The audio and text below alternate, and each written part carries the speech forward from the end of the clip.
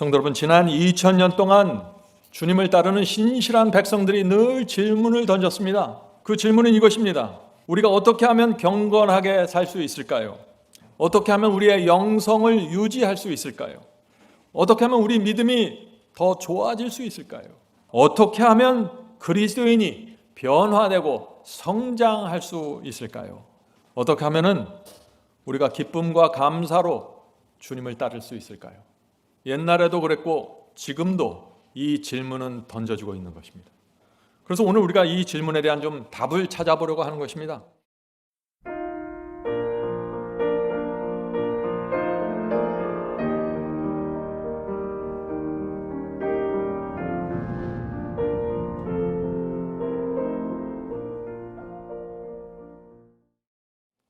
성도 여러분, 지난 2000년 동안 주님을 따르는 신실한 백성들이 늘 질문을 던졌습니다.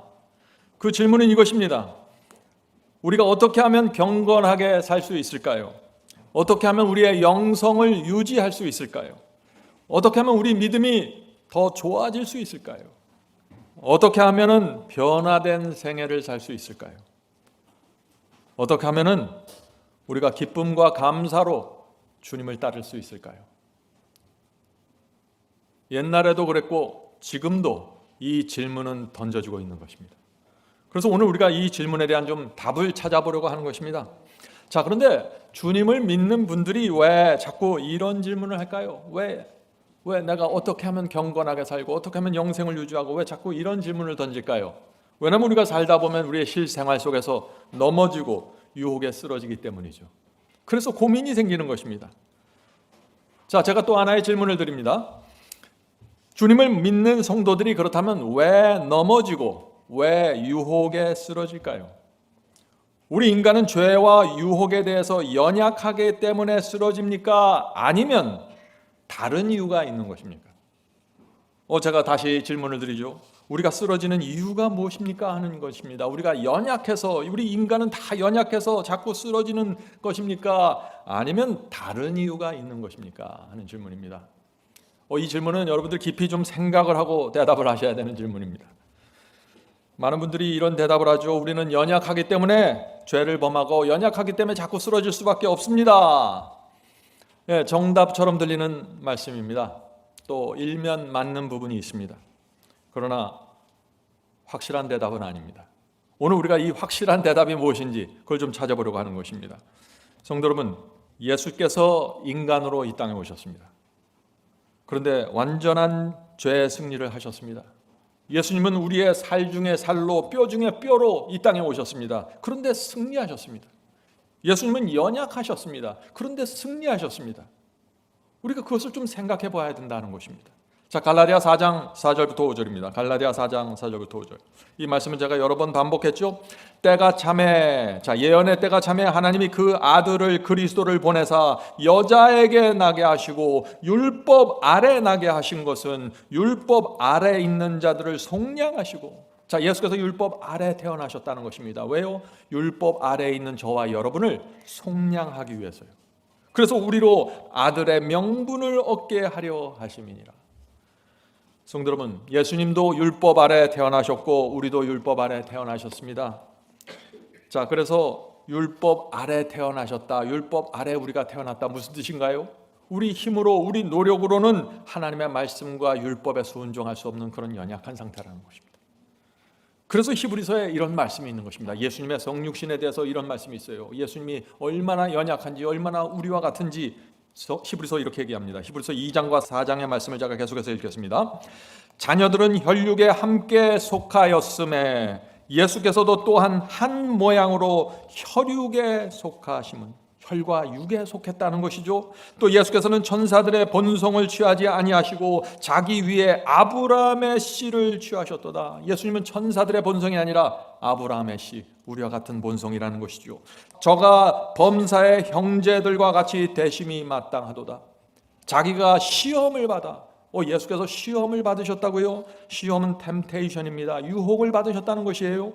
자기가 시험을 받아 고난을 당하셨은즉 우리 연약함을 체휼하지 아니하는 자가 아니요 모든 일에 우리와 한결같이 시험을 받은 자로되. 성도 여러분, 지금 갈라디아서와 히브리서가 우리에게 무엇을 말하고 있습니까? 예수님은 우리처럼 연약한 진짜 인간이셨다는 것을 말하고 있는 것입니다. 성도 여러분, 그런데 예수님은 이렇게 이 육신의 연약함을 너무나 잘 아셨기 때문에 기도하게 되신 것입니다. 좋은 신앙 가지려고 기도하신 게 아니에요. 예수님의 기도는 절실했던 것입니다. 예수님께서는 기도 생활을 하셨는데 내가 좀 기도를 잘 하는 생활을 살아야겠다 해서 기도하신 게 아니에요. 내가 좀 경건하게 살고 싶으니까 기도해야겠다 그렇게 생각하신 게 아니에요. 예수께서는 절실한 마음으로 기도했던 것입니다. 왜요? 육신의 연약함을 너무나 잘 아셨어요. 그래서 새벽마다 이슬을 맞으면서 기도하신 것입니다. 말씀을 살핀 것입니다. 날마다 말씀을 먹기를 원했던 것입니다. 절실한 마음으로 말이죠. 여러분은 왜 말씀을 읽으십니까? 왜 기도하십니까? 구원받으려고요? 그것이 아니라는 것이죠. 지금 연약하기 때문에. 성도 여러분, 제가 지금 무엇을 말씀드리고 있습니까? 문제의 핵심을 보아야 한다는 것입니다. 문제는 연약함이 아니라는 것입니다. 문제는 무엇입니까? 연약함이 문제가 아니라 말씀과 성령께 매달리지 않는 것이 문제라는 것입니다. 오늘날 기독교에 이런 생각들이 팽배합니다. 우리는 연약합니다. 타락한 본성을 갖고 태어나서 죄와 유혹에 쓰러질 수밖에 없습니다. 우리는 너무나 연약합니다. 그래서 순종할 수 없고 그래서 유혹을 물리칠 수 없습니다. 많은 사람들이 이런 생각을 갖고 살아요. 물론 연약하다는 것은 사실입니다. 저도 알고 여러분도 압니다. 그러나 문제의 본질은, 그리스도인 신앙의 본질은 그것이 아니라는 것이죠. 우리는 얼마나 연약한지 모르는 것이 문제라는 것입니다. 제 말씀이 이해가 되십니까? 내가 얼마나 연약한지 모르는 것이 문제입니다. 그래서 기도하지 않고 그래서 말씀을 보지 않는 거예요. 그래서 매달리지 않는 것입니다. 그래서 생각 없이 교회 다니는 것이에요. 말씀과 기도에 또 성령께 매달리지 않는 이유가 무엇입니까? 이 질문이 본질입니다. 내가 어떤 존재인지 모르는 것입니다. 성도 여러분 아십니까? 하나님께서는 우리를 계속해서 연약하게 만드십니다. 왜 우리를 연약하게 만들려고 애쓰실까요? 왜냐하면 우리가 매달리지 않기 때문이죠. 우리가 매달리질 않는 것입니다. 연약한 줄 모르는 거예요. 이 정도면 된다고 생각하는 것입니다. 그래서 많은 사람들이 신앙을 거꾸로 하는 것이에요. 우리는 조금만 강하고 조금만 잘 나가면 쉽게 교만해집니다. 하나님께 매달리지 않게 됩니다. 그래서 하나님께서 우리가 얼마나 연약한지 알려주셔야 하는 것입니다. 어떻게 알려주실까요? 때때로 시련을 주시고 때때로 고난을 주시고 때때로 구덩이에 빠뜨려서 우리가 얼마나 연약한지 무기력한지 깨닫게 해주시는 것입니다. 제 인생을 돌아봐도 마찬가지입니다. 제가 정말 주님께 간절히 매달려서 기도하고 말씀을 살폈을 때는 고난의 구덩이에 제가 빠졌을 때예요. 경제의 구덩이에 빠졌을 때입니다. 그 구덩이에서 누구도 나를 도와줄 수 없었어요. 그런 상황이 되니까 제가 매달리기 시작했습니다. 하나님께서만 저를 그 위기에서 건져줄 수 있었다는 사실을 제가 깨닫게 된 것입니다. 성도 여러분, 그때 제가 드린 기도는 절실했습니다. 그때 제가 읽었던 제 말씀은 절실했습니다.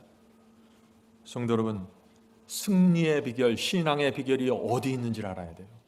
연약한 거는 핑계예요. 잘못 판단한 것입니다. 진단이 틀렸어요. 그것은 이 세상에 태어난 모든 사람은 연약해요. 성도 여러분, 그래서 우리가 얼마나 연약한지 깨닫는 것이 중요하다는 것입니다. 내가 깨닫는 만큼 매달리게 되고 깨닫는 만큼 말씀과 기도를 찾게 되는 것입니다. 내가 얼마나 부족한지 알아야 내가 내 자신을 낮추게 되는 것입니다. 성도 여러분, 신앙을 오해하면 안 됩니다. 내가 신앙을 잘해야 되니까 이제 의지력이 더 강해져야지, 훈련을 더 잘해서 내가 더 많이 기도해야지, 경건하게 살고 싶은데 내가 그래서 기도해야지. 기도 그것이 아니에요. 그렇게 신앙을 그렇게 접근하는 것이 아니에요. 왜 기도합니까? 기도하지 않으면 죽으니까 하는 거예요. 이 세상에 영적인 사람은 없습니다. 경건하고 신앙이 좋은 사람도 없어요. 말씀과 성령께 매달리지 않으면 다 마찬가지입니다. 다 마찬가지예요. 성도 여러분, 그래서 신앙은 한 가지로 결정되는 것입니다. 무엇이에요? 내가 얼마나 연약하고 얼마나 성령과 말씀이 필요한가를 아는가 모르는가로 결정되는 것입니다. 아는 자들은 매달리게 되는 것입니다. 잘 들어보세요. 하나님께서는 우리를 연약하게 만들어서 구원하시는 것입니다. 그런데 사람들은 반대로 가요. 사람들은 내가 점점 더 강해지기를 원합니다. 그래서 내가 강해지기 위해서 재물이 더 있어야 되고, 내가 강해지기 위해서 더 건강해져야 되고, 더 강해지고, 그래서 내 자존심과 자신감을 얻으려고 해요. 그래서 어떤 사람들은 어떻게 해요? 그 자신감과 강함을 얻기 위해서 계시도 보고 귀신도 쫓아내고 뭔가 능력을 받으려고 애를 쓰죠. 그런 신앙은 거꾸로 가는 신앙입니다. 하나님의 방향과 거꾸로 간다는 것이죠. 성도 여러분, 하나님께서는 우리가 죽는 그날까지 우리를 계속해서 연약하게 만드십니다. 왜 그럴까요? 하나님께서는 우리를 사랑하시고 우리를 구원하시기 원해서 가까이 두기 원하시는 것입니다. 여러분의 생애를 되돌아보세요. 언제 여러분이 하나님께 가장 가까이 가셨습니까? 여러분이 연약할 때 아닌가요? 여러분이 외로울 때 아닙니까? 고난 속에서 눈물 흘릴 때 아닙니까? 그때 하나님을 찾아간 것입니다. 하나님께서는 그렇게 되길 원하시는 것이에요. 자, 질문을 드립니다. 그렇다면 하나님께서는 우리를 얼마나 연약하게 만드실까요? 우리가 매달릴 때까지 연약하게 만드시길 원하는 것입니다. 절박한 심령으로 기도하고 간절한 마음으로 말씀을 살필 때까지 하나님께서 우리를 연약하게 만드시는 것입니다. 그래야만 우리가 하나님의 능력을 붙잡고 강한 자가 되기 때문입니다. 잘 이해하셔야 돼요. 하나님께서 우리를 연약하게 만드는 이유는 우리를 강하게 만들기 위해서입니다. 하나님께서 우리를 연약하게 만드는 이유는 우리가 진정 참된 행복과 참된 기쁨이 무엇인지 알게 하기 위해서입니다. 성도 여러분, 자신을 낮추셔야 합니다. 약한 자가 되어야 합니다. 섬기는 자가 되셔야 합니다. 여러분이 머리를 드는 순간 무너집니다. 전 제 인생에서 그 모습을 너무나 많이 봤습니다. 우리가 하나님이 어떤 분인지 모르면은 나에게 일어나는 상황과 형편에 따라서 계속해서 흔들리게 됩니다. 하나님을 모르면 그렇게 돼요. 장사가 잘 되고 돈이 잘 벌릴 때면 믿음이 마치 올라가는 것처럼 느낍니다. 그건 내 느낌이죠. 또 일이 잘 풀리면 찬송도 잘 나오고 기도도 잘 되는 것 같아요. 내 느낌이에요. 월급이 흔들리면은 신앙이 흔들립니다. 그런데 왜 이렇게 될까요? 왜 자꾸 요동을 칠까요? 하나님이 누구인지 모르는 것이에요. 내가 누구를 믿는지 모르는 것입니다. 그래서 자꾸 나를 의지해서 사는 것이에요. 하나님을 모르면 그다음부터 나를 의지하게 되는 것이에요. 성도 여러분 한번 생각해 보세요. 나는 신앙을 하는데 자꾸 내 생각과 내 느낌과 내 판단을 의지하면서 사는 것 같다라고 생각하면 하나님을 아직 모르는 것이에요. 하나님을 알면 내 건 다 내놓게 돼 있어요. 왜? 상대가 되질 않아요. 하나님은 엄청난 분이에요. 그 앞에서 어떻게 내 거를 따지겠어요? 내 거를. 지혜가 있다면 그럴 수가 없는 것이죠. 자, 이제 오늘 설교의 주제 성경절을 제가 보겠습니다. 요한복음 17장입니다. 요한복음 17장 3절입니다. 영생은 곧 유일하신 참 하나님과 그가 보내신 자 예수 그리스도를 아는 것이니라. 하나님과 그리스도를 알면 끝입니다. 그것이 신앙의 끝이에요. 하나님과 그리스도를 알면 강한 자가 되는 것입니다. 우리가 하나님을 정말 알면은 어떤 상황에서도 다른 것 보지 않고 하나님께 달려가고 그분을 붙잡게 되는 것이죠. 하나님을 알면은 하나님께서 인도하시는 대로 따라가게 됩니다. 왜요? 하나님은 엄청난 능력이에요. 하나님은 끝까지 나를 붙잡고 인도하시는 분이고 하나님은 반드시 나를 하늘 예루살렘에 세우길 원하시는 분입니다. 우리가 어떻게 다른 걸 볼 수 있겠어요? 하나님을 알면 다른 걸 못 봐요. 그러나 하나님을 우리가 어떤 분인지 모르면 어떻게 될까요? 아까 말씀드렸죠. 계속해서 나를 의지하고 계속해서 내 생각과 내 판과 내 느낌을 의지하게 됩니다. 계속해서 흔들리게 됩니다. 상황이 좋으면 믿음도 좋아지고 상황이 나쁘면 믿음도 떨어지고 그런 요요 현상으로 돌아가게 되는 것입니다. 자, 이제 질문을 드리죠. 하나님과 예수 그리스도를 아는 것이 영생이라는 말씀이 무슨 뜻입니까?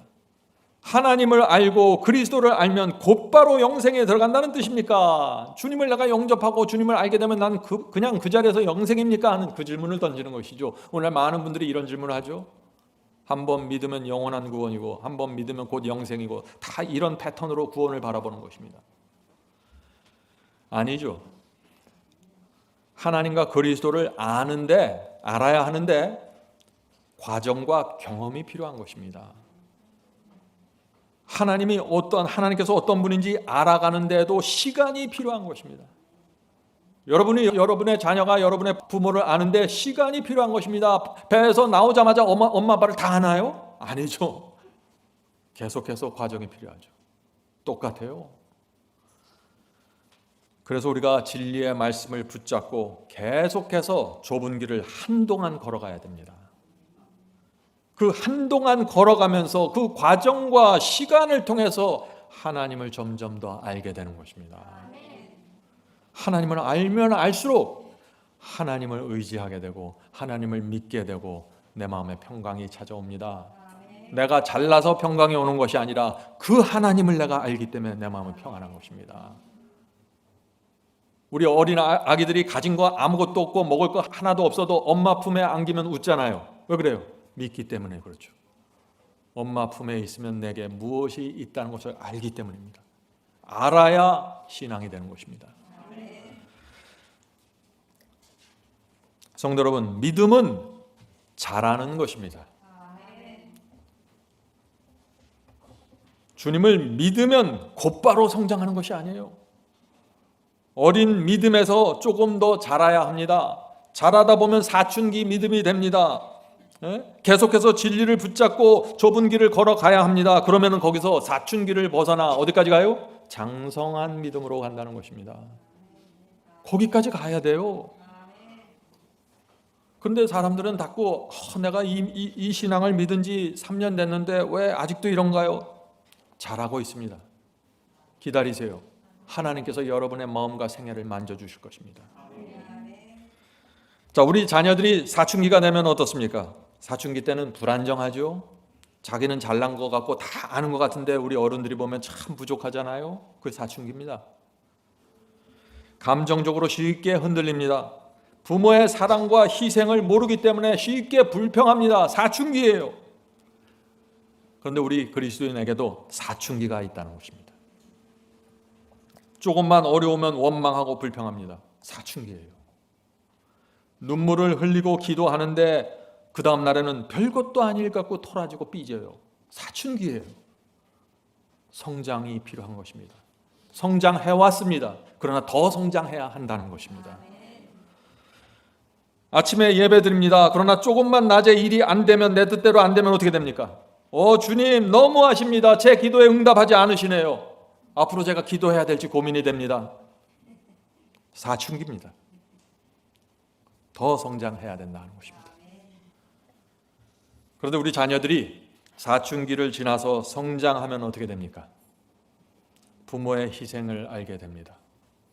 부모가 날 위해서 얼마나 고생하셨는지 알게 됩니다.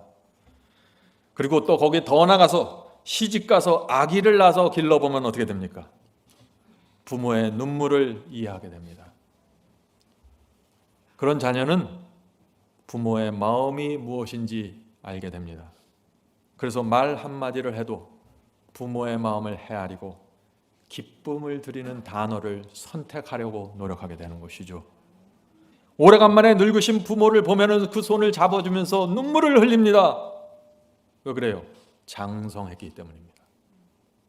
성도 여러분, 장성한 대로 가셔야 됩니다. 거기서 평강이 있고 거기서 기쁨이 있고 거기서 만족이 있고 거기서 모든 것이 채워지는 것입니다. 모든 관계가 회복이 되는 것입니다. 거기서.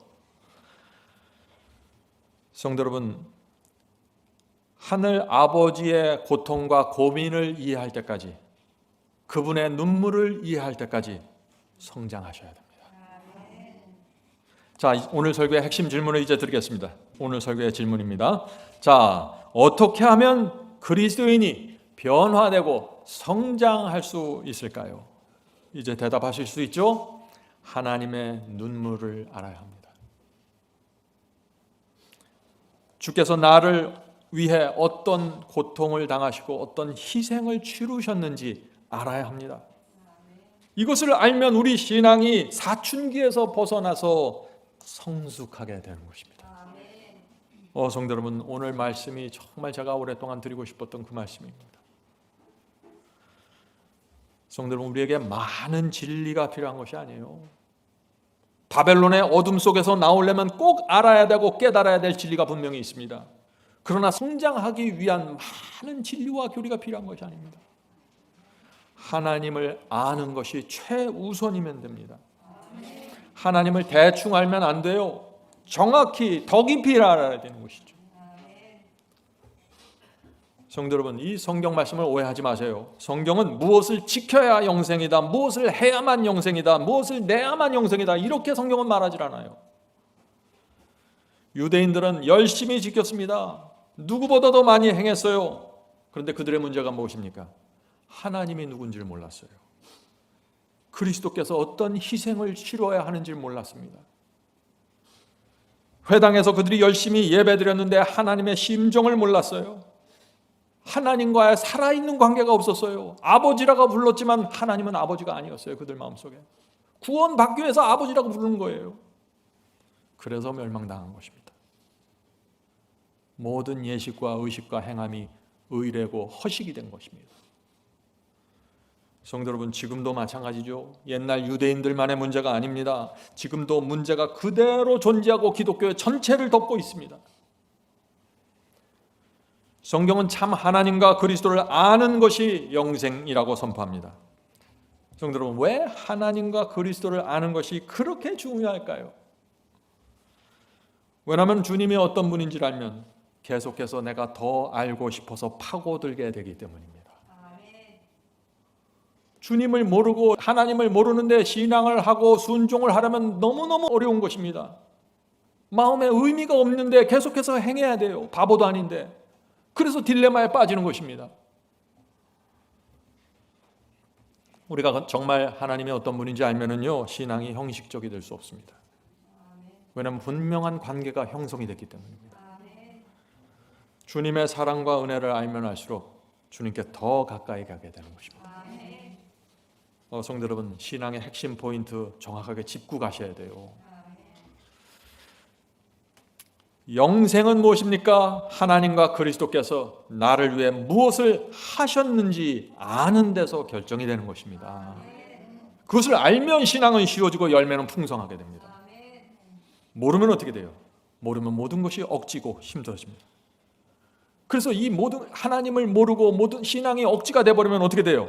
사람들이 진리를 버리고 승리의 복음을 버리고 떠나가게 되는 것이죠. 의미가 없기 때문에 떠나가는 것입니다. 그렇게 되면 안 되겠죠. 자, 이제 질문을 드립니다. 오늘 질문을 제가 많이 드립니다. 자, 미움과 감정의 쓴뿌리를 내 속에서 뽑아내지 못하는 이유가 무엇입니까? 저 사람은 미워 죽겠어요. 그것이 사라지질 않는 것입니다. 왜 그럴까요? 진리를 향한 열정이 자꾸 죽는 이유가 무엇입니까? 내 신앙이 자꾸 뒤로 물러가는 이유가 무엇입니까? 무엇이에요? 하나님과 그리스도를 모르기 때문입니다. 진리가 무엇인지 정확하게 보질 못했습니다. 그래서 자꾸 내 삶 속에서 내 감정에서 이런저런 문제가 나를 붙잡아 매는 것입니다. 여러분, 낙심 가운데 계십니까? 실망이 있나요? 예수께서 어떤 분인지 보셔야 합니다. 그것밖에 방법이 없어요. 물론 우리가 잠시 어두운 감정을 느낄 수 있습니다. 그러나 그 어두운 감정 속에 계속해서 주저앉아 있을 수는 없다는 것입니다. 내가 정말 하나님을 알면은 그렇게 될 수가 없는 거예요. 성도 여러분, 신앙은 감정도 아니고 윤리도 아니고 도덕도 아닙니다. 신앙은 뭐예요? 하나님이 어떤 분인지, 그리스도께서 어떤 분인지 아는 것입니다. 그것을 알면, 그분을 알면은 내가 온 마음으로 그분을 믿게 되고 신뢰하게 되는 것입니다. 그래서 그분께서 가시는 곳이라면 어디든지 따라가게 되는 것입니다. 신앙은 아주 자연스러운 것입니다. 이것은 왜냐하면 관계이기 때문에 그런 것입니다. 성도 여러분, 하나님을 알면은 정말 깜짝 놀라게 됩니다. 그래서 누구든지 하나님을 한번 알게 되면은 평생 동안 하나님을 떠날 수 없는 사람이 되어버리는 것이에요. 그래서 성경이 뭐라 그래요? 영생은 하나님을 아는 것이라고 말하는 것입니다. 말씀의 의미가 이해가 되십니까? 영생은 하나님을 아는 것이에요. 하나님은 어떤 분이십니까? 하나님은 여러분께 어떤 분이십니까? 하나님은 영광스럽고 거룩하고 아름답고 고귀한 분입니다. 하나님은 위대한 우주의 왕이십니다. 그런데 놀라울 정도로 겸손하고 섬세하고 죄인들을 섬기고 용서해주고 인도하십니다. 하나님은 너무나 신실하셔서 단 한마디의 거짓말도 할 수 없는 분이에요. 한번 약속하시면 그래서 반드시 지키십니다. 한번 말씀하시면 자신의 아들을 십자가에 매다는 한이 있더라도 약속을 지키십니다. 하나님을 이해하셔야 돼요. 하나님을 이해하면 하나님의 입에서 나온 말 한마디 한마디를 큰 무게를 갖고 받게 되는 것입니다. 한번 예언하시면 반드시 이루어집니다. 그것을 우리가 다니엘서와 요한계시록에서 확인했죠. 예언을 하면 하나님을 신뢰하게 됩니다. 성도 여러분, 하나님은 우주를 창조하신 능력자입니다. 사랑과 은혜와 자비가 충만하십니다. 하나님은 그런데 그 엄청난 능력과 지혜와 사랑을 갖고 우리 인생을 책임져 주십니다. 우리가 진리를 붙잡고 그분을 신뢰하고 따르는 한 하나님께서는 우리를 눈동자처럼 보호하신다는 것입니다. 이것이 약속이에요. 그래서 하나님을 알면은 인생의 모든 슬픔과 외로움이 끝나게 됩니다. 하나님을 알면은 인생은 역전이 됩니다. 여러분이 지금까지 어떻게 살아왔든지 간에 상관없이 하나님을 여러분이 정확하게 알고 나면 인생은 뒤집어지는 것입니다. 하나님을 알면 그래서 평생 감사와 충성으로 살게 됩니다. 하나님을 알면은요, 모든 인간 관계가 회복이 되고 치유가 됩니다. 마음과 정신이 건강해집니다. 마음이 풍요로워지는 것입니다. 하나님은 정말 매력적인 분입니다. 오늘날 청년들이 왜 하나님을 자꾸 떠납니까? 하나님의 매력을 모르기 때문이죠. 누구든지 하나님이 어떤 분인지 그분의 성품과 그분의 매력을 알면 푹 빠지게 돼 있습니다. 그래서 저도 다 집어던지고 하나님 따라다니다가 여기까지 온 거예요. 하나님보다 더 좋고 매력적인 것이 없어야 온 마음을 다해서 하나님을 따라가게 되죠. 성도 여러분, 성경 공부를 정확하게 하셔야 됩니다. 죄가 무엇이고 지옥이 무엇인지 알기 전에 하나님을 아셔야 돼요. 하나님을 알면은 어떻게 돼요? 교파, 교단 다 떠나서 하나님께 매달리고 그분의 입에서 나온 진리에 들어가게 됩니다. 성도 여러분, 하나님을 알아야 중생도 되고 거듭남도 됩니다. 새로운 마음을 갖게 되는 것입니다. 그래서 바울이 이렇게 말합니다. 자, 바울의 말씀을 들어보겠습니다. 에베소 4장 21절부터 24절입니다. 에베소 4장 21절부터 24절. 진리가 예수 안에 있는 것 같이 너희가 과연 그에게서 듣고 또한 그 안에서 가르침을 받을진대. 자, 진리를 먼저 정확하게 알아야 됩니다. 그런데 어떤 진리를 알아야 돼요? 하나님께서 어떤 분인지, 그리스도께서 누구인지 이 진리를 알아야 한다는 것입니다. 다른 것 아무리 알아도 하나님을 모르면 아무 소용이 없는 것입니다. 그렇잖아요. 하나님을 통해서 구원받는 거예요. 하나님께서 계신 그 나라에 가는 거예요. 그런데 하나님을 몰라요? 그건 신앙이 될 수가 없는 거죠. 자, 계속해서 읽어보죠. 너희는 유혹의 욕심을 따라 썩어져가는 구습을 쫓는 옛 사람을 벗어버리고. 성도 여러분, 하나님을 알아야 옛 습관도 버리게 되고 옛 사람을 십자가에 못 박게 되는 거예요. 하나님을 모르는데 내가 왜 박아야 돼요? 내가 인생을 재밌게 살아야지. 하나님을 알기 때문에, 더 좋은 것이 있기 때문에 덜 좋은 것을 버리는 거예요. 그것이 신앙이에요. 계속해서 읽겠습니다. 오직 심령으로 새롭게 되어 하나님을 따라 의와 진리의 거룩함으로 지으심을 받은 새 사람을 입으라. 오늘 많은 분들이 심령이 새롭게 되고 하나님을 따라 의와 진리와 거룩함으로 새 사람을 입으라. 이것이 어떻게 가능합니까? 이것이 뭔지 모르겠습니다 라는 말들을 많이 하죠. 하나님을 알면 됩니다. 하나님을 알면 마음이 달라집니다. 하나님을 알면 인생이 새롭게 보입니다. 하나님을 알면 내 일생애가 추하게 보입니다. 그 아름답던 추억도 아주 좋지 않게 보여요. 하나님을 알면 그렇게 되는 것입니다. 성도 여러분, 이것은 기적이죠. 그러나 이 기적의 원리는 아주 단순합니다. 아주 단순해요. 하나님께 큰 오해를 낳는 성경절이 하나가 있습니다. 많은 분들이 이 성경절을 놓고서 크게 고민에 빠집니다. 그런데 이제 우리가 오늘 이 성경절의 의미를 정확하게 알면은 하나님께 더 가까이 가게 됩니다. 그런데 이 말씀을 오해하면 어떻게 돼요? 하나님께 등 돌리고 아주 멀어지게 됩니다. 곁눈질하면서 신앙하게 돼요. 자, 그 말씀을 보겠습니다. 출애굽기 34장 5절부터 7절입니다. 출애굽기 34장 5절부터 7절. 여호와께서 구름 가운데 강림하사 그와 함께 거기 서서 여호와의 이름을 반포하실세. 자, 여호와께서 당신 자신을 소개하는 것이에요. 하나님, 나는 이런 신이야 하고 이제 인간에게 설명해 줍니다. 여호와께서 그의 앞으로 지나시며 반포하시되 여호와로라 여호와로라, 자비롭고 은혜롭고 노하기를 더디하고 인자와 진실이 많은 하나님이로다. 하나님은 정말 아름다운 분이시죠. 아름답고 고귀하고 노하기를 더디하고, 이런 하나님을 만나면 어떻게 돼요? 무조건 끝까지 따라가야죠. 자, 계속해서 읽어보죠. 인자를 천대까지 베풀며 악과 과실과 죄를 용서하나. 성도 여러분, 하나님께서는 여러분이 범한 모든 종류의 죄를 용서하십니다. 여러분은 여러분을 용서하지 못한다고 할지라도 하나님은 용서해 주십니다. 그런 하나님이에요. 누가 이런 하나님을 거절하겠어요?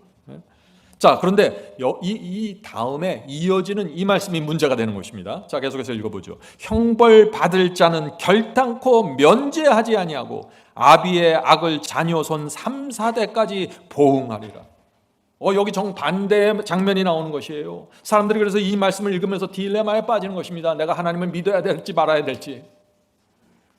하나님께서는 자비롭고 은혜가 충만해서 어떤 죄라도 용서하신다. 자비를 천대까지 베풀어 주십니다 하면 수많은 사람들이 밀물처럼 모여듭니다. 그런데 그 하나님께서는 형벌받을 자는 결단코 면제하지 않으신다고 말해주면 어떻게 될까요? 썰물처럼 빠져나가 버려요. 성도 여러분, 이 자비의 하나님과 공의의 하나님을 어떻게 우리가 하나의 인격체로 이해할 수 있을까요? 우리 인간에게도, 만물의 영장인 인간에게도 이런 말이 있습니다. 우리가 자녀를 정말 누구보다도 사랑하기 때문에 어떤 때는 끌어안고 울지만 어떤 때는 채찍질합니다. 마찬가지입니다. 그래서 하나님도 두 면을 갖고 있어야 되는 것입니다. 자, 보세요. 성경 말씀은 분명합니다. 하나님은 자비롭고 은혜롭고 아름다우십니다. 그러나 단 하나의 죄도 그냥 넘어가지 않는다는 것입니다. 반드시 책임을 묻는다는 것입니다. 왜냐하면 하나님께서는 거짓말할 수 없고 의로우시기 때문이죠. 하나님께서는 이 세상의 재판관이나 이 세상의 검사들처럼 적당히 넘어가는 게 아니에요. 하나님께서는 정직하십니다. 그러나 하나님께서는 사랑이십니다. 그래서 성경은 이 죄가 무엇인지 죄의 삭은 사망이라고 선언하는 것입니다. 성도 여러분, 우리가 이 하나님을 어떻게 이해해야 될까요? 오늘 우리가 하나님을 이해하는 시간입니다. 먼저 다 젖혀놓고 하나님의 마음을 알아야 합니다. 하나님의 마음은 분명합니다. 하나님께서는 내가 너희를 반드시 구원하시겠다고 결정하셨습니다. 이것이 하나님의 마음입니다. 우리를 용서하기 위해서, 구원하기 위해서 놀라운 결정을 이미 하셨어요. 그 결정이 무엇입니까? 우리를 대신해서 형벌받을 자를 찾기로 결정하신 것입니다. 우리 대신에 형벌받을 자. 그런데 문제가 있어요. 천사들은 우리 대신에 형벌을 받을 수 없습니다. 피조물은 우리 대신에 죄의 값을 갚을 수가 없어요. 아들이 죄를 범하고 계명을 범했는데 아버지가 대신 형벌을 받을 수가 없는 것입니다. 누가 책임질 수 있나요? 이 우주를 만드시고 창조하신 창조주 하나님만이 죄에 대한 책임과 형벌을 맡으실 수 있는 거예요. 그래서 하나님께서 당신의 아들을 붙잡고 네가 이 땅에 가서 저 인간들을 위해서 대신 형벌을 받을 수 있겠니? 이렇게 질문하신 것입니다. 그리고 예수께서는 그 질문에 흔쾌히 응하시면서 예 아버지, 제가 저 땅에 내려가겠습니다. 저 땅에 인간들이 아무도 나를 인정하지 않을지라도 저는 십자가에 매달려 그들의 죄를 속하겠습니다. 이것이 하늘에서 이루어진 거룩한 언약입니다.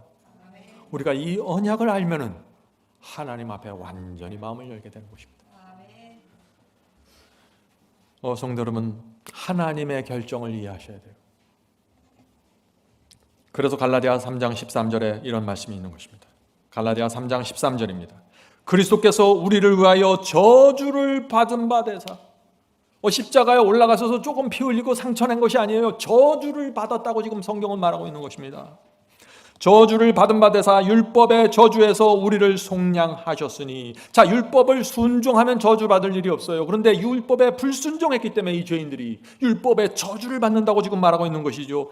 율법의 저주에서 우리를 속량하셨으니 기록된 바 나무에 달린 자마다. 나무에 달린 자가 누굽니까? 십자가에 달린 자, 그리스도를 말하는 것이죠. 나무에 달린 자마다 저주 아래 있는 자라 하였습니다. 성도 여러분, 그리스도께서 우리를 대신해서 저주를 받으셨습니다. 이것은 정말 두려운 것입니다. 이 저주가 뭐예요? 길 가던 사람들이 저주하는 게 아니에요. 하나님께서 저주하시는 거예요. 예수 그리스도께서 짊어진 그 죄를 보면서 감당이 안 돼서 온 우주가 하나님께로부터 등을 돌린 것입니다. 저주입니다. 죄는 우리가 범했습니다. 우리가 저주받고 우리가 지옥의 형벌을 받는 것이 마땅합니다. 그런데 그리스도께서 우리를 살리기 위해서 우리가 받아야 될 저주와 형벌을 받으신 것입니다. 그것이 십자가입니다. 성도 여러분, 십자가를 알면은 그래서 거기서 신앙이 시작되는 것입니다.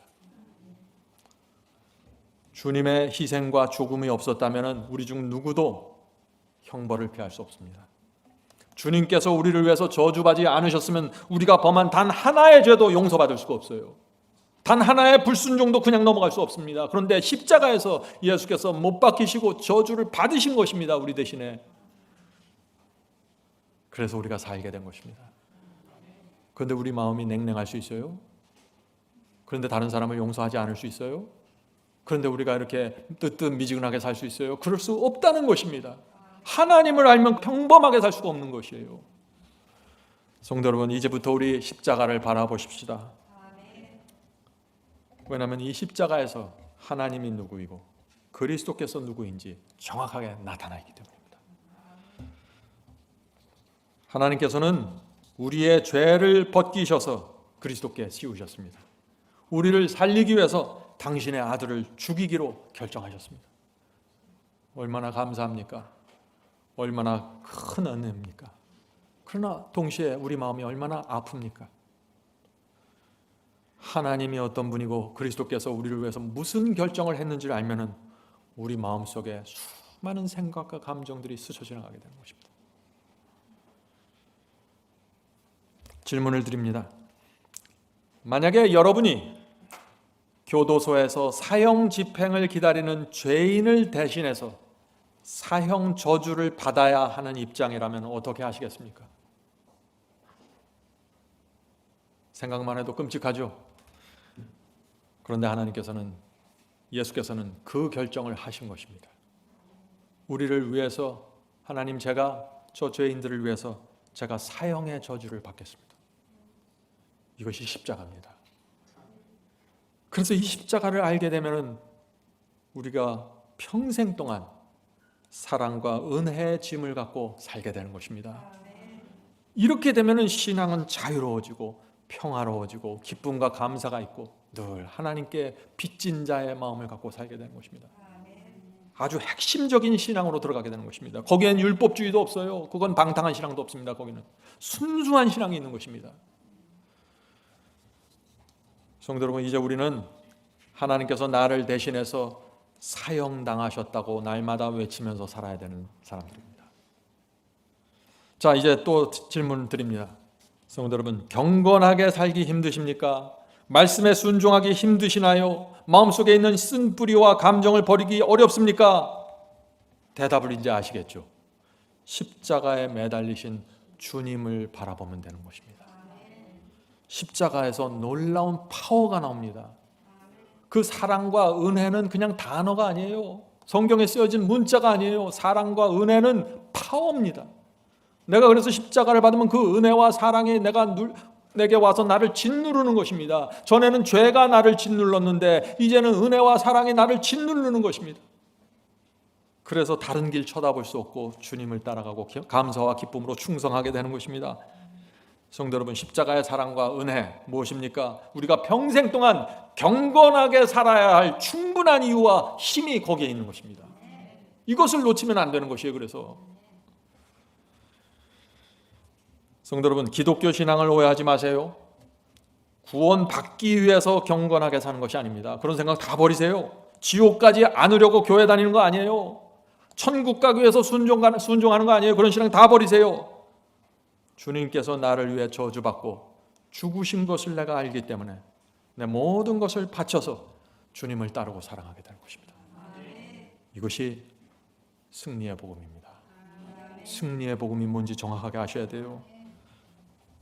기독교 신앙은 은혜를 갚고자 하는 소원입니다.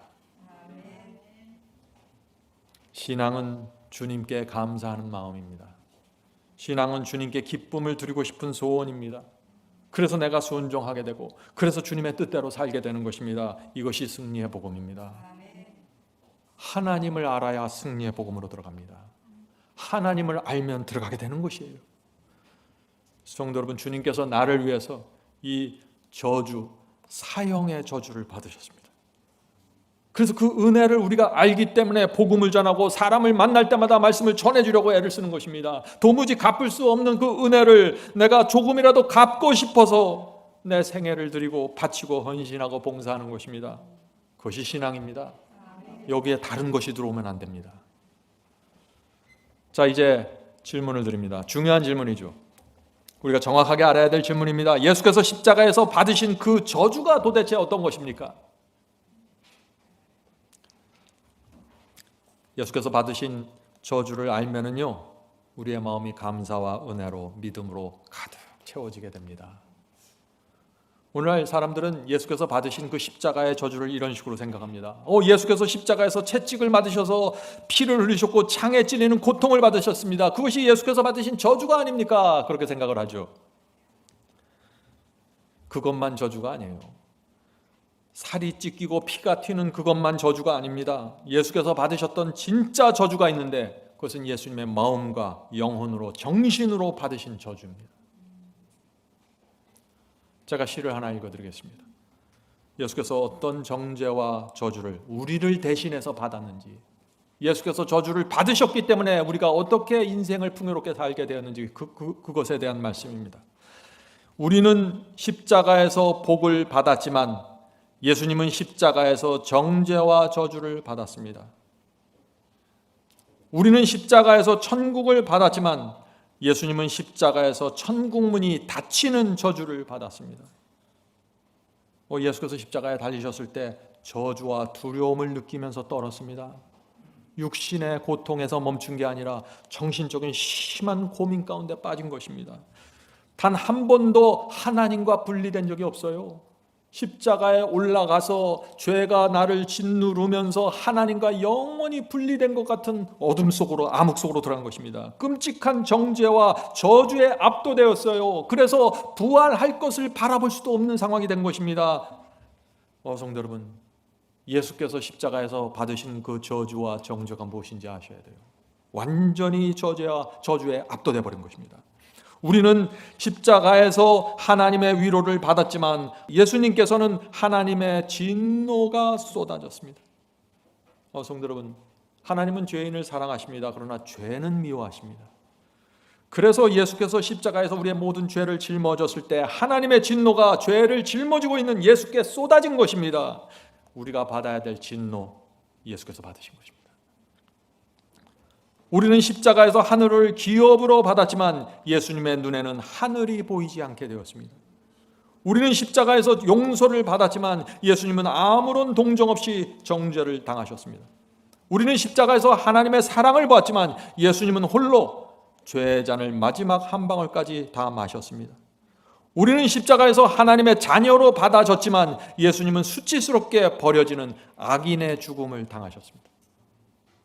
예수께서 당하신 죽음은요, 의인의 죽음, 순교자의 죽음이 아니에요. 죄를 수없이 범한 죄인의 죽음을 당하신 것입니다. 그래서 저주받고 그래서 압도당한 것입니다.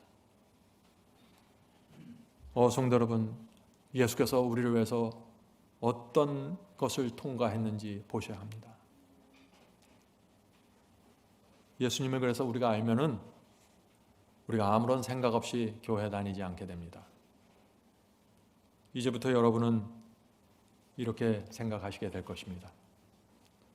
이제부터 여러분은 주님께서 나를 구원하셨고 주님께서 나에게 복을 주셨습니다 라고 간증할 때마다 생각해야 됩니다. 무엇을 생각해요?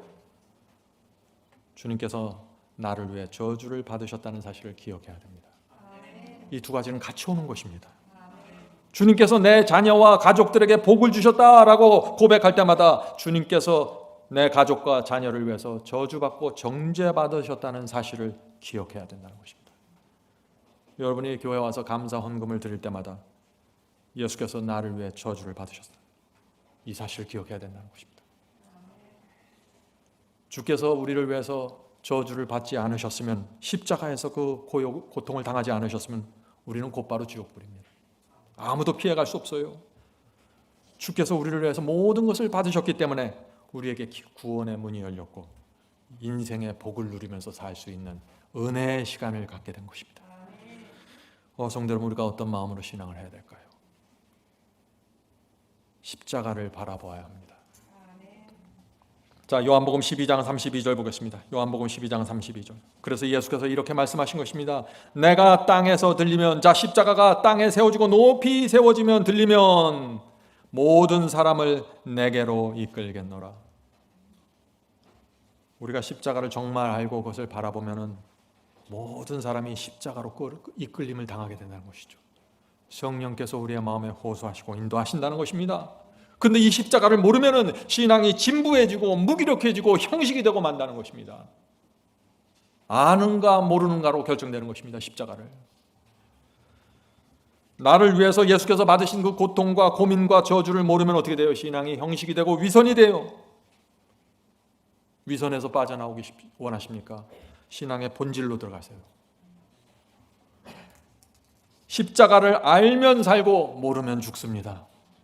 십자가를 알면 성장하고 십자가를 모르면 성장하지 않습니다. 수십 년 다녀도 성장하지 않습니다. 놀라운 것이에요. 모든 에너지와 파워가 십자가에서 나옵니다. 하나님 당신에게서 나오는 것이에요. 어떤 교리와 어떤 깨달음에서 오는 것이 아니에요. 십자가를 알면은 주님께 나가 무릎 꿇게 됩니다. 주여, 제 인생, 부족한 인생 여기 있지만 주께 바치겠습니다. 십자가를 알면 믿음이 강해집니다. 신뢰하게 됩니다. 흔들리지 않게 됩니다. 십자가를 알면 좁은 길이지만 감사와 기쁨으로 걷게 됩니다. 놀라운 변화가 생기는 것입니다. 예수께서는 십자가에서 어떤 고민을 하셨을까요? 예수님의 말씀을 보면 우리가 예수님의 마음속에 있던 고민이 무엇인지 알 수 있어요. 마태복음 27장 46절입니다. 마태복음 27장 46절. 나의 하나님, 나의 하나님, 어찌하여 나를 버리셨나이까? 지금 하나님의 아들이 하늘 아버지에게 지금 왜 나를 버리셨습니까? 라고 외치는 것이에요. 어디서 십자가에 매달려서 말이죠. 이것은 그냥 한 얘기가 아니에요. 실제입니다. 예수께서 이렇게 느끼셨다는 것입니다. 하나님께서 이 예수님의 외침에 어떻게 대답하셨나요? 아무런 답하지 않으셨습니다. 침묵하셨습니다. 왜 그러셨을까요? 왜냐하면 죄의 값은 반드시 지불되어야 하기 때문입니다. 우리 대신 죄에 대한 형벌을 주님께서 끝까지 져주셔야 하기 때문입니다. 하나님께서 우리를 용서하시고 살리려면 우리가 받아야 될 그 죄의 값, 저주와 정죄를 그리스도께 퍼붓고 우리를 꺼내 주어야 하는 것입니다. 그것이 십자가입니다. 그래서 아무리 교만하고 아무리 뻔뻔스럽고 아무리 마음이 완악한 죄인도 십자가를 알게 되면 그냥 무릎 꿇게 되는 것이에요. 주여 죄인이 여기 있습니다. 받아주시옵소서. 이거 십자가 복음의 힘입니다. 하나님께서 우리를 용서하기 위해서 아들을 죽이셨습니다. 그것이 은혜입니다. 성도 여러분, 우리가 이 은혜를 알면은 복음으로 들어가게 됩니다. 복음이 뭔지 알게 되는 것이에요. 자, 질문을 드리죠. 이제 여러분들이 다 아실 수 있는 질문입니다. 우리의 신앙이 어디서 출발해야 합니까? 신앙이 성장하고 싶으면 우리가 어떻게 해야 됩니까?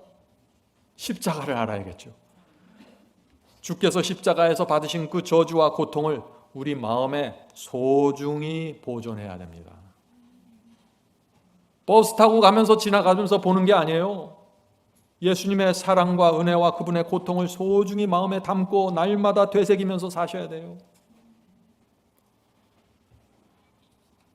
그래야만 우리 마음에 감사가 생기고 기쁨이 생기고 헌신이 흘러나오고 무기력에서 벗어나게 됩니다. 넘어졌다라고 할지라도 오뚜기처럼 일어나게 됩니다. 십자가 복음으로 들어간 사람의 특징입니다. 성도 여러분, 그리스도의 피 때문에 살게 되었습니다. 주님의 은혜 때문에 구원받게 되었어요. 그래서 우리가 주님의 저주를 바라보고 주님의 사랑을 바라보니까 우리 마음에 두 가지 마음이 들어오는 것입니다. 어떤 마음일까요? 한쪽에서는 감사한 마음이 들어오고 다른 한쪽에서는 상한 심령이 들어오는 것입니다. 주님께 대한 죄송함이 들어오는 것이에요. 한쪽에서는 가장 기쁜 마음이 들어오고 다른 한쪽에서는 내 영혼이 부서진 그 마음이 들어오는 것입니다. 이 두 마음이 함께 들어오는 것입니다. 이것이 하나님을 아는 사람의 마음이고 이것이 거듭난 자의 심령입니다. 분명합니까? 이 마음을 달라고 기도하셔야 됩니다. 로마서 5장 8절 읽겠습니다. 로마서 5장 8절. 하나님께서 우리를 사랑하시는지 확증해 주셨다 하는 것입니다. 로마서 5장 8절. 우리가 아직 죄인 되었을 때 그리스도께서 우리를 위하여 죽으심으로 하나님께서 우리에게 대한 자기의 사랑을 확증하셨느니라. 성도 여러분, 하나님께서 그리스도의 죽음을 통해서 당신의 사랑을 확증해 주셨습니다. 자, 내가 너희를 사랑하는 사랑이 이거야. 더 이상 흔들리지 마. 의심하지 마. 이렇게 보여주셨다는 것이에요. 성도 여러분, 오해하지 마세요. 우리가 말 잘 들을 때 예수께서 십자가에 달리신 것이 아니에요. 우리가 말씀대로 살아가는 그 모습을 보면서 기특해서 내가 그러면 십자가에 달려줄게, 그것이 아니에요. 바울은 얘기하죠.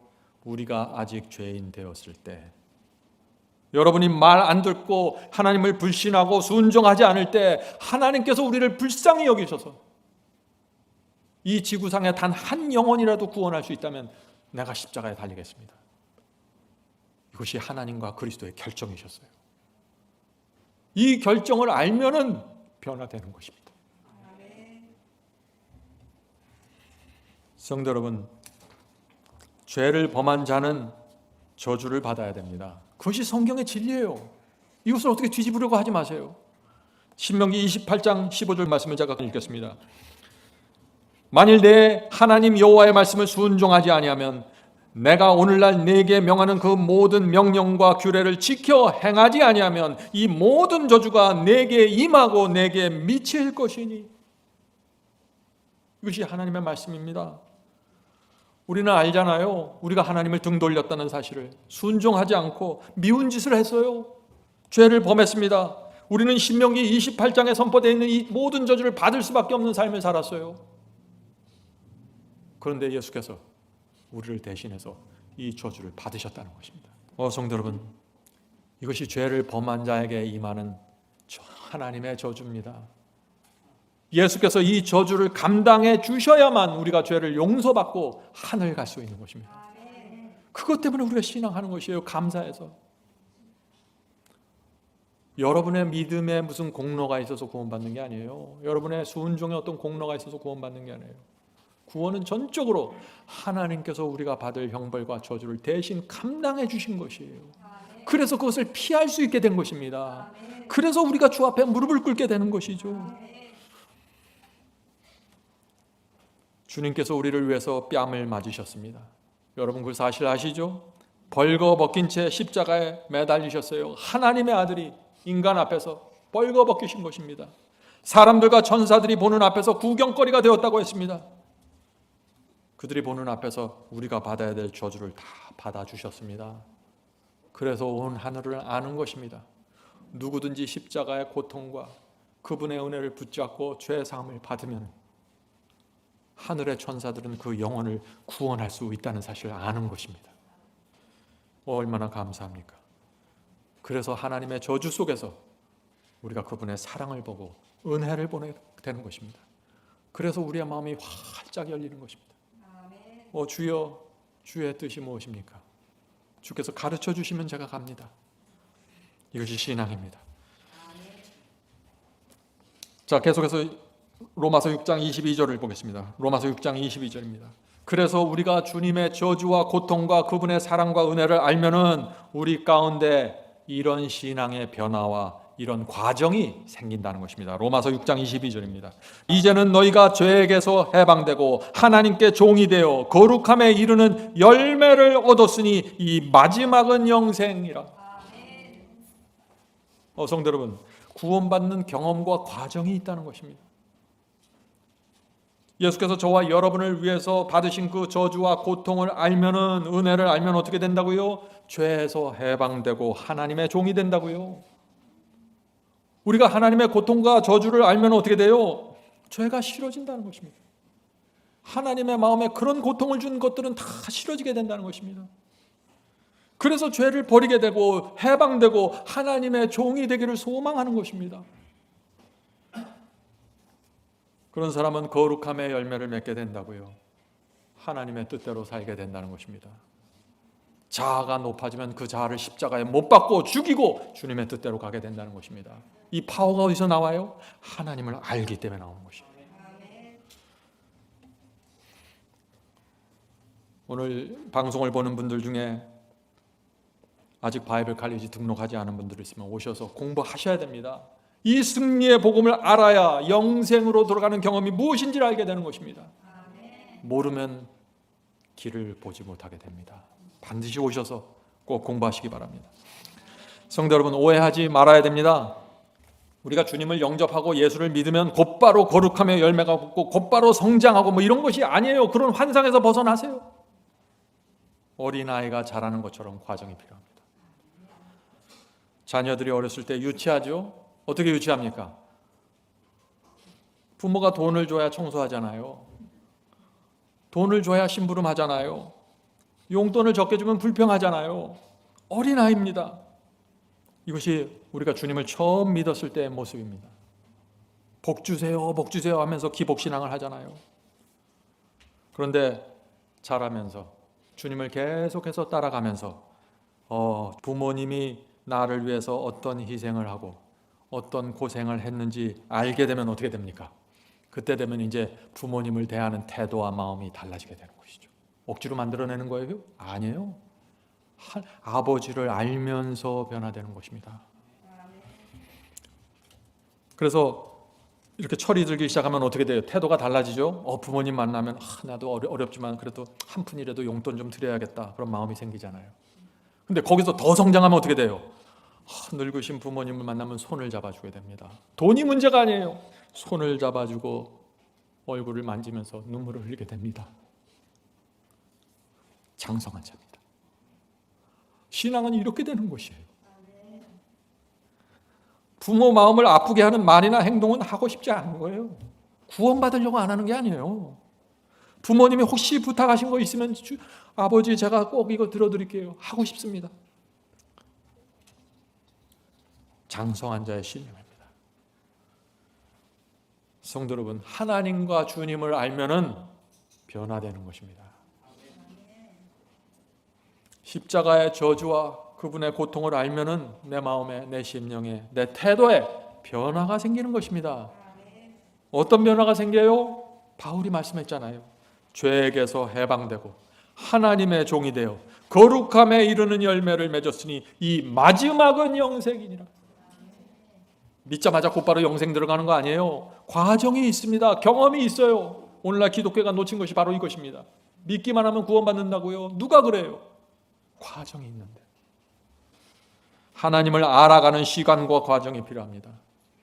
주께서 받으신 그 저주의 의미를 이해하고 깨닫는데도 시간이 필요하고 과정이 필요합니다. 어린아이가 성장하는 것처럼 성장하는 것입니다. 그래서 성경은 뭐라 그래요?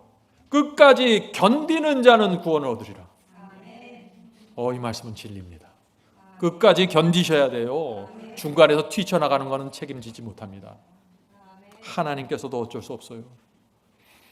성도 여러분, 오늘날 믿는 자들의 문제가 무엇입니까? 문제가 성장하지 않는 것 아니에요? 다 이 문제 때문에 고민하는 거 아니에요 지금? 오랫동안 신앙하고 교회 다녔는데 자신이 아는 것이에요. 나는 아직도 절부지고 나는 아직도 사춘기라는 걸 아는 거예요. 그래서 고민에 빠지는 것입니다. 왜 이런 문제가 생길까요? 오늘 대답을 우리가 봤죠? 주님의 희생이 무엇인지 모릅니다.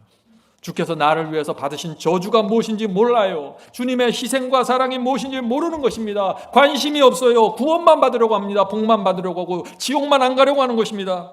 하나님의 마음과 심정은 전혀 모르는 것입니다. 십자가에 매달리기로 결정한 하나님의 선택이 무엇인지 전혀 관심이 없는 것이에요. 그래서 어떻게 해요? 그래서 자꾸 감정적인 신앙을 하죠. 뜨거움을 주세요. 하나님은 모르는데 뜨거움만 받으려고 하는 거예요. 그래서 성장하지 않는 것입니다. 신앙이 성장하는 또 하나의 방법이 있습니다. 그것이 무엇일까요? 뒤를 돌아보는 것입니다. 어떻게 뒤를 돌아봐요? 이렇게 뒤를 돌아보는 것입니다. 사업이 망해서 내가 정말 죽고 싶을 정도로 괴로웠는데 그때 주께서 나를 붙잡아 주시지 않았으면 어떻게 됐을까? 돌아보는 것입니다. 그렇게 되면 주의 사랑이 보이고 주께서 나를 어떻게 인도하셨는지 보는 것입니다. 이렇게 되면 신앙은 성장합니다. 부부 사이에 문제가 깊어서 우리가 그때 이혼하려고 했는데 더 이상 견딜 수가 없었는데 그때 주께서 우리를 붙잡아 주시지 않았으면 우리가 어떻게 됐을까? 되돌아보면 주님의 은혜가 보이는 것입니다. 이 은혜를 보면 신앙은 자연히 성장합니다.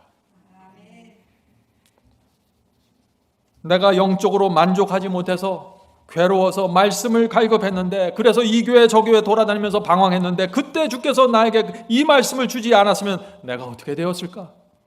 되돌아봅니다. 그러면 주의 인도하심과 섭리를 알게 되고 살아계신 하나님을 보게 되는 것입니다. 이렇게 되면 신앙은 성장합니다. 신앙이 어떻게 성장해요? 계속해서 뒤돌아보면서 하나님의 손길을 확인하는 것입니다. 그러면서 앞길을 가는 것입니다.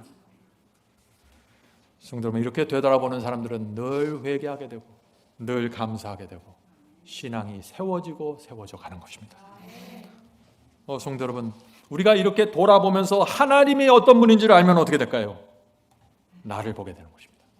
다른 사람을 보지 않아요. 저 사람이 저런 말을 했는데 저런 짓을 했는데 저런 표정을 지었는데 그런 거 관심이 없어요.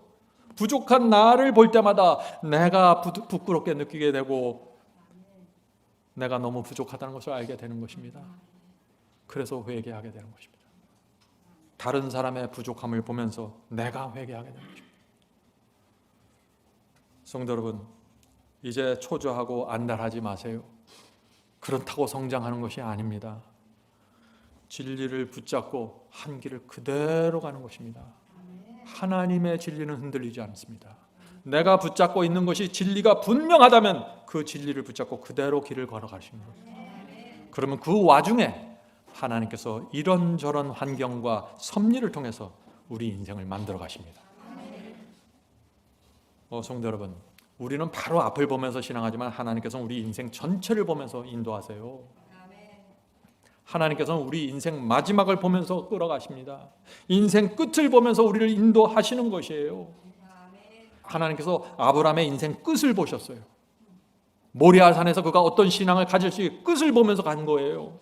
야곱의 인생의 끝을 보셨습니다. 요셉의 인생의 끝을 보셨어요. 다윗의 인생의 끝을 보셨어요. 그래서 밧세바 문제가 터졌을 때도 하나님께서 실망하지 않고 그를 끝까지 회개시키고 끝까지 가신 것입니다. 하나님께서 저와 여러분을 이렇게 인도하십니다. 그런데 여기 조건이 있어요. 이 조건만 여러분이 충족시키면 반드시 하늘 예루살렘에 들어가십니다. 그 조건이 무엇일까요? 진리를 붙잡는 것입니다. 진리를 떠나지 않는 것입니다. 그런 사람은 하나님께서 인도하실 수 있습니다. 성도 여러분, 하나님께서는 우리의 끝을 보면서 가십니다. 근데 사람들은 뭘 봐요? 당장 앞을 보는 것이죠. 내가 당장 변화되지 않고 내가 당장 거룩함을 느끼지 않습니다. 내 속에서 무슨 거룩한 느낌이 없습니다. 초조해합니다. 발을 동동 굴러요. 신앙은 그런 게 아니라는 것이에요. 더 이상 그런 신앙 하지 마세요. 그렇게 하면 감정적인 신앙이에요. 자꾸 감정을 만들어내려고 하죠. 그리스도인의 성장은요, 갑자기 이루어지는 거 아니에요. 씨가 뿌려져야 되고 이삭이 나오고 성장하고 비를 맞고 바람을 맞고 성장하는 것입니다. 연단의 과정이 필요합니다. 연단이 힘들다고요? 돌아서 갈 수 없습니다. 연단 받으셔야 돼요. 진리를 붙잡고 가야 됩니다. 어려움만 있는 것이 아니에요. 때때로 하나님께서 쉼을 주시고 평안을 주시고 확신을 주십니다. 내가 가는 길이 맞지라는 성령의 감동을 주십니다. 하나님께서 우리를 한 계단씩 인도하십니다. 한 번에 하나씩 가르쳐 주십니다. 하나씩 배우셔야 됩니다. 그렇게 배우는 사람은 성장합니다. 성령께서 오늘 우리의 마음을 여시고 하나님을 보여주시길 제가 간절히 바랍니다. 하늘에 계신 저희들의 아버지, 저희가 오랫동안 주님을 믿었고 주님을 따랐지만 하나님의 눈물이 무엇인지 정확하게 보질 못했습니다. 주여, 저희의 눈을 열어주셔서 하나님을 좀 더 분명하게, 좀 더 정확하게 볼 수 있도록 도와주시옵소서. 하나님을 보지 못하면 저희에게 소망이 없습니다. 모든 것은 억지가 되고 위선이 되고 맙니다. 주여, 하나님의 성품을 보여주시옵소서. 하나님의 마음에 있는 그 사랑과 희생과 불쌍히 여기심과 우리를 구원하기 위해서 하나님의 아들을 십자가에 내주신 그 결정과 선택을 보게 도와주시옵소서. 우리가 그것을 보고 알면은 더 이상 이렇게 살 수가 없습니다. 우리는 평범하게 이 세상을 살 수 없는 사람들입니다. 주여, 저희 마음에 오늘 성령으로 임해서 각자에게 필요한 진리가 무엇인지 보여주시옵소서. 그래서 우리가 주님을 믿을 때 감사와 확신으로 믿을 수 있도록 도와주시옵소서. 하나님께서 얼마나 귀하고 소중하고 위대한 분인지 알게 도와주시옵소서.